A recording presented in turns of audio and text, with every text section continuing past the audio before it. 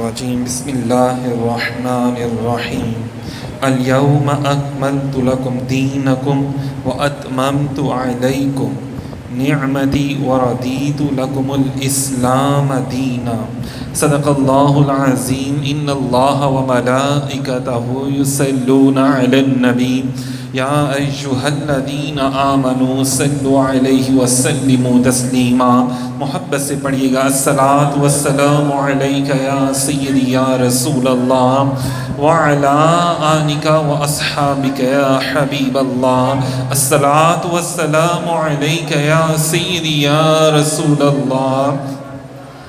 مل کے پڑھ لینا وعلی آلک واصحابک یا حبیب اللہ۔ الصلاۃ والسلام علیک یا رحمۃ للعالمین وعلی آلک واصحابک یا خاتم النبیین یا شفیع المذنبین یا راحت العاشقین یا مراد المشتاقین یا شمس العارفین۔ سامعین محترم، ابھی میں نے آپ کے سامنے قرآن پاک سورہ مائدہ کی آیت جو تلاوت کی، اللہ رب العزت نے ارشاد فرمایا، اس کا مفہوم یہ ہے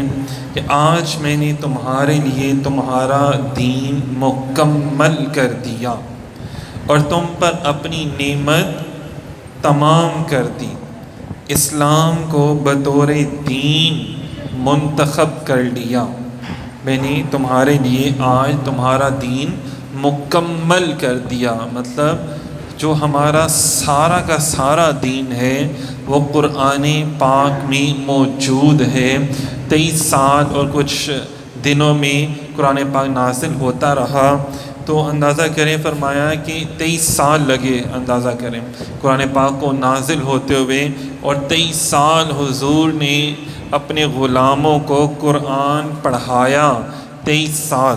قرآن پڑھایا، سمجھایا اور پھر عمل کیا اور کروایا بھی، عمل کیا بھی اور کروایا بھی، اور صحابہ کرام رضی اللہ تعالیٰ عنہما جتنے بھی تھے ماشاءاللہ سب نے، اور اہل بیت اطہار نے اس پر عمل کیا۔ تمہارا دین مکمل کر دیا۔ مکمل کا معنی کیا ہے کہ سامعین محترم، اب اگر مجھے کسی بھی حوالے سے کوئی بھی ریفرنس چاہیے، کوئی بھی معاملہ چاہیے، میں فیصلہ کروانا چاہتا ہوں، تو مجھے کسی اور سے قانون ادھار نہیں لینا پڑے گا، مجھے کسی اور سے قانون بھی یا کوئی بھی چیز ادھار نہیں لینی پڑے گی، مجھے سب کچھ جو ہے وہ قرآن سے مل جائے گا۔ اگر آج کے دور کے والے سے ہم بات کرتے ہیں تو قائد اعظم محمد علی جناح رحمۃ اللہ علیہ سے جب گورنر نے کہا نا، انگریز گورنر تھا، تو انہوں نے کہا جناح صاحب آپ نے تو پاکستان نیا ملک بنا رہے ہیں، تو اس کا آپ کہتے ہیں تو اس کے لیے تو آئین بڑا ضروری ہوتا ہے، تو آپ کو تو بڑے آئین کی ضرورت ہوگی، قانون بنانے کی ضرورت ہوگی۔ تو انہوں نے فرمایا مجھے کسی آئین کی ضرورت ہی کوئی نہیں ہے، مجھے کسی نئے قانون کو یا کسی بھی بندے کو فالو کرنے کی ضرورت نہیں ہے، میرے پاس قرآن موجود ہے، میرے پاس میرے نبی کی سنت، میرے نبی کی حدیث جو ہے وہ موجود ہے، تو پھر مجھے کسی بھی آئین کو بنانے کی کیا ضرورت پڑی ہوئی ہے۔ مطلب یہ ہے کہ ایک ریاست کو چلانے کے لیے، بلکہ ایک انسان نہیں بلکہ پوری ریاست کو چلانے کے لیے جن جن معاملات کی ضرورت پیش آتی ہے وہ سب کا سب اللہ رب العزت نے قرآن پاک میں بیان فرما دیا۔ سامعین محترم، اگر کوئی جرنیل ہے، کوئی جنگ لڑنے والا بندہ ہے، کوئی جہاد کرنے والا بندہ ہے، وہ چاہتا ہے کہ میں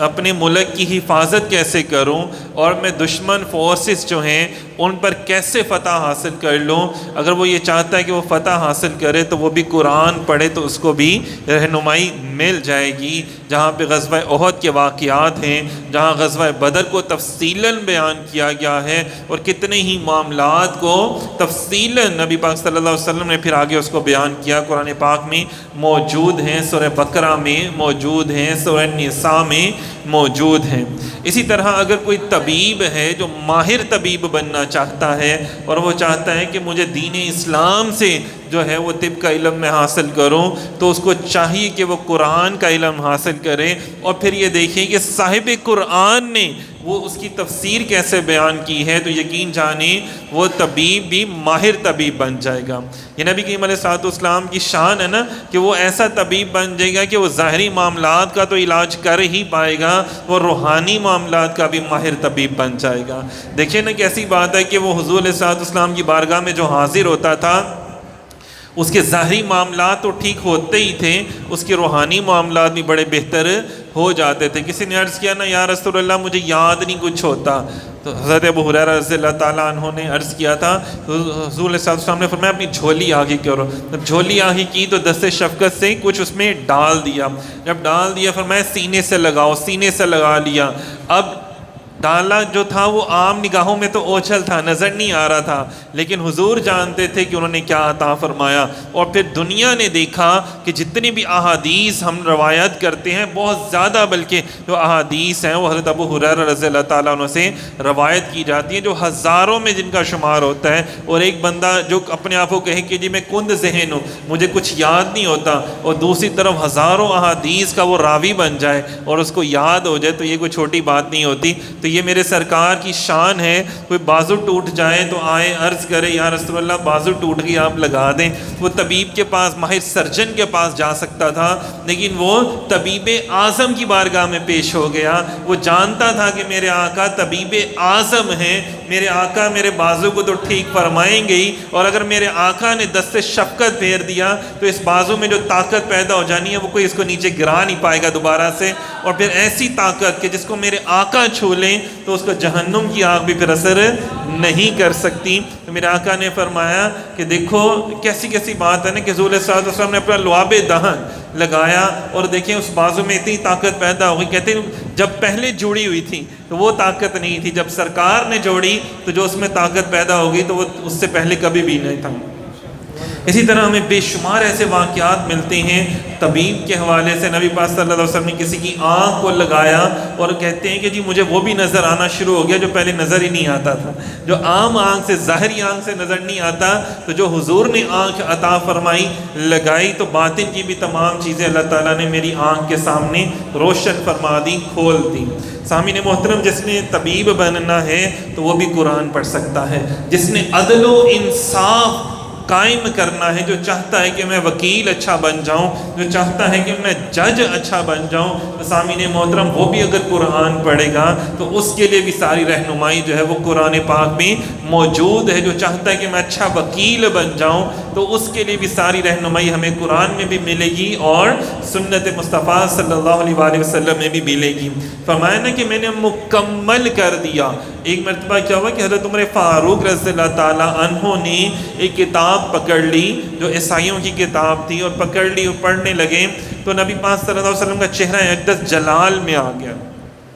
حضرت ابوبکر صدیق رضی اللہ تعالیٰ عنہ نے فوراً فرمایا کہ اے عمر اس کتاب کو بند کر دو۔ تو نبی پاک صلی اللہ علیہ وسلم نے فرمایا کہ اے عمر کوئی بات ایسی جو قرآن میں رہ گئی اور تم اس کتاب میں تلاش کر رہے ہو؟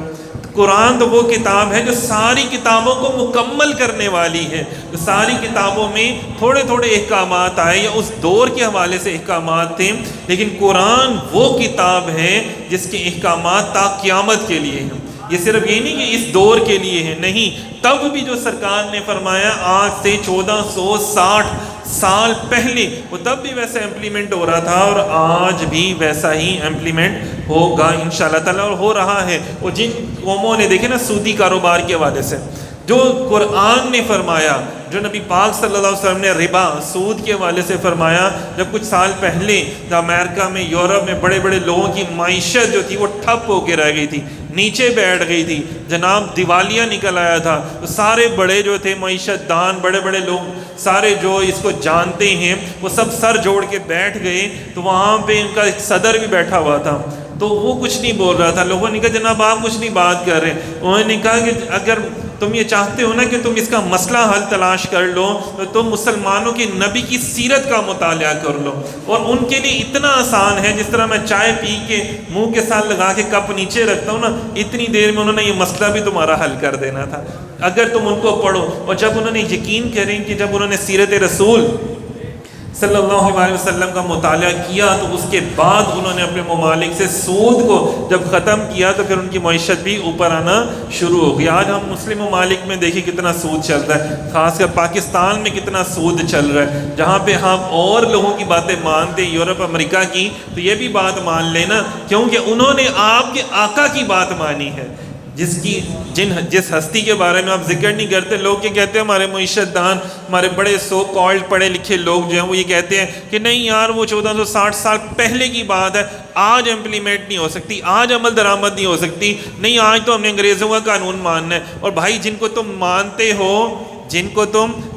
ہو، جن کی نیچے قدموں کے نیچے آنکھیں بچھاتے ہو، وہ میرے آقا کا قانون مان رہے ہیں، وہ میرے آقا کا قانون مان کے عمل کر کے آج اپنے ملکوں کو ترقی یافتہ بنا چکے ہیں۔ اور اندازہ کریں، اور آج ہم لوگ جناب صاحب ان کے بنائے ہوئے گھسے پٹے قانون جو اپنے ملک میں چلا کے اپنے ملک کا دیوالیہ نکالنے لگے ہوئے ہیں۔ یقین جانیں نبی پاک صلی اللہ علیہ وسلم نے ارشاد فرمایا کہ جب غریب کو ظلم کرتا ہے نا، کوئی وہ گناہ کرتا ہے، کوئی جرم کرتا ہے، اس کو سزا دی جاتی ہے، تو اگر امیر کو بھی اتنی سزا دی جائے گی نا تو پھر وہ اس معاشرے میں سکون ہوگا جہاں پہ عدل و انصاف ہوگا۔ عدل و انصاف، بھوک کے بغیر لوگ زندہ رہ سکتے ہیں کھانے کے بغیر، لیکن عدل و انصاف کے بغیر